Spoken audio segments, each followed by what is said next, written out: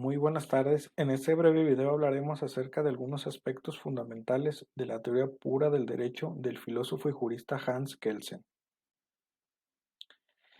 Algunos datos biográficos de este autor son que nació en 1881 y feneció en 1973. Fue un filósofo y jurista de origen austriaco. Entre sus obras más notables destacan De la esencia y valor de la democracia, Teoría general del Estado y Teoría pura del derecho. Sus ideas a menudo son calificadas de formalismo jurídico. A continuación explicaremos por qué. Para Kelsen, las normas jurídicas tienen una jerarquía. A la base de esa jerarquía estaría la norma fundamental, que sería la Constitución o el orden constitucional, así como los pactos internacionales que celebran los estados. De esta norma fundamental se derivan otras normas secundarias, tales como las leyes orgánicas, las leyes especiales, los decretos, las sentencias, etc. Es decir, que para Kelsen, la validez de una norma no tiene relación tanto con su contenido, sino con la forma en la que fue producida dentro de ese orden constitucional. Es decir, si una norma está basada en la norma fundamental y a partir de ella fue que se produjo, esta norma tiene validez por este simple hecho y sobra calificarla de moral o inmoral, justa o injusta, dado que tiene validez dentro del sistema en el que surgió. Algunos aspectos que no nos dice la teoría pura del derecho de Kelsen son los siguientes. En primer lugar, ¿qué es la justicia más allá de un orden social?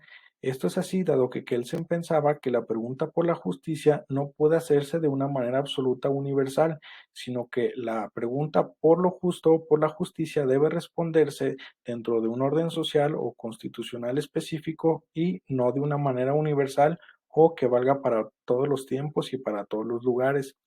La segunda pregunta, ¿de qué modo las ciencias jurídicas pueden realmente mantenerse al margen de las realidades sociales concretas? Esto es así, dado que Kelsen creía que las ciencias jurídicas o el derecho podían abstraerse metodológicamente del estudio de otras ciencias, tales como la economía, la política, la sociología, etcétera, y que el derecho tenía su propio objeto de estudio y que no necesitaba incluir en su reflexión a estas disciplinas o el objeto de estudio de las mismas. En la tercera pregunta, ¿puede la razón jurídica reducirse a una lógica formal en la que no importa el contenido de las normas sino solo su fundamento? Esto es así dado que los críticos le reprochaban a Kelsen que dejaba de lado reflexiones muy importantes, incluidas estas disciplinas mencionadas, y que por lo tanto su teoría se volvía muy reducida. Es decir, para estos críticos, el verdadero objeto de estudio de las ciencias jurídicas debería incluir reflexiones sobre la economía, la política, la ética, etcétera, y que eso era verdaderamente el objeto de estudio del derecho y no solamente la manera en que se relacionan o se producen las normas entre sí. Y finalmente, para reflexionar, ¿qué aspectos de la teoría de Kelsen podrían rescatarse sin caer en un formalismo jurídico que era la manera en que calificaban los críticos a la teoría de Kelsen?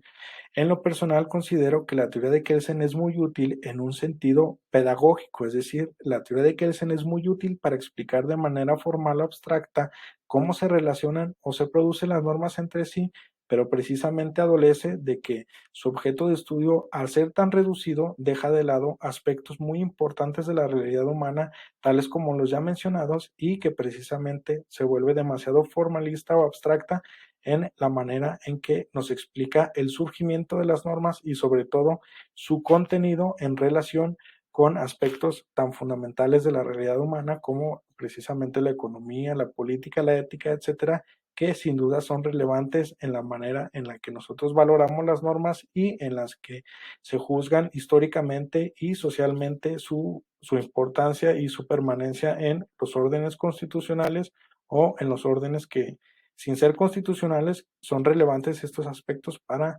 reflexionar y juzgar las normas que rigen el comportamiento social. Por su atención, muchas gracias y muy buenas tardes.